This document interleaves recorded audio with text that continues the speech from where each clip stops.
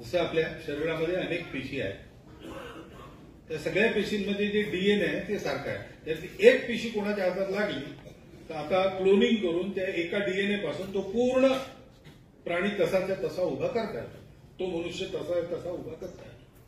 प्रत्येक पेशी हे शरीराची इकाई आहे, युनिट आहे. तसं प्रत्येक कुटुंब हे समाजाचं युनिट आहे, व्यक्ती नाही.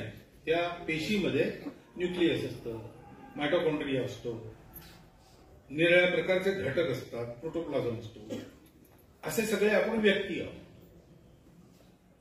आमचं कुटुंब हे समाज आहे, समाजात लहान ग्रुप आहे.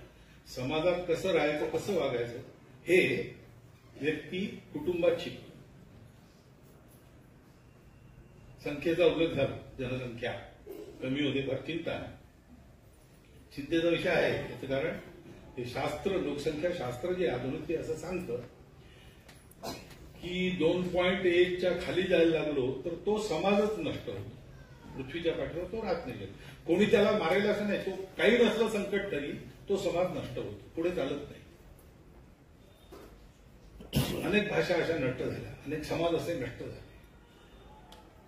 2.1च्या खाली येतं का? आपल्या देशाची जनसंख्या नीती 1998 वगैरे मध्ये ठरली का 2002 मध्ये ठरली, साल माहित नाही मला, पण त्याच्यातही असं सांगतात की 2.1च्या खाली नाही.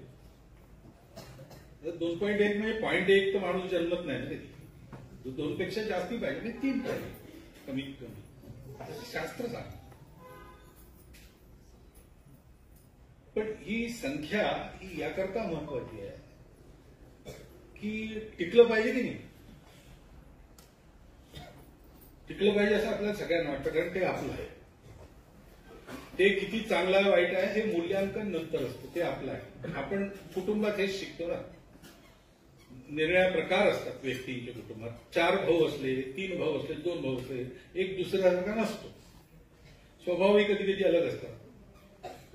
एकमेकांना पटेलच असं नाही आहे, पण तरी आपलेपणा असतो. अरे मग तो असा वागतो तर तू काही झालं तरी भाऊ आहे ना माझा. गांधीजींना एक मुलगी भेटली, ते येरवड्याला जेलमध्ये होते, त्यांना फिरायची वगैरे मुभा होती, तिथल्या टेकडीवर फिरायला जायचे. परत येताना त्यांना एक मुलगी दिसली, 10 वर्षाची मुलगी, आणि 5 वर्षाचा तिचा भाऊ चांगला गलेलठ्ठ, तो कडेवर बसला. तर गांधीजी म्हणाले त्या मुलीला, त्याला तो चालतो ना, त्याला चालव ना हाताला धरून, खांद्यावर कसं घेत. ती म्हणजे तो चालत नाही, कंटाळा करतो. अरे तुला त्याला सांग, तुला वजन होत नाही का? तर ती मुलगी म्हणाली, वजन, आपल्या भावाचं वजन कसं होईल?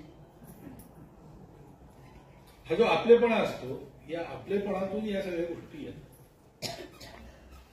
आपलं आहे म्हणूनही ते चाललं पाहिजे, पण ते केवळ आपलं आहे असं नाही आहे. आज जगाला याची आवश्यकता आहे. ही जी आपली संस्कृती आहे, जी सगळ्यांना स्वीकार करते, जी माणसाला शरीर मन बुद्धीच्या पलीकडे काही आहे त्याच्या अनुरोधाने जीवनाचं लक्ष असलं पाहिजे. केवळ उपभोगाकरता, केवळ मनाच्या प्रसन्नतेकरता, केवळ बुद्धीच्या जिज्ञासेच्या शांतीकरता नाही जगायचं. त्याच्या पलीकडे आपल्याला जोडणारं एक सूत्र सगळीकडे आहे. ते कोणचं आहे ते मिळालं पाहिजे. त्यात खरं सुख आहे, त्यात संतोष आहे, समाधान आहे, आणि ते कधीच फिक्क पडत नाही.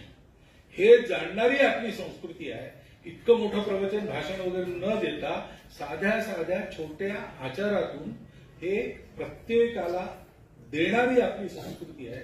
आज जगाला त्याची आवश्यकता आहे. इतकी भांडणं चालू आहेत जगात. कारण काय?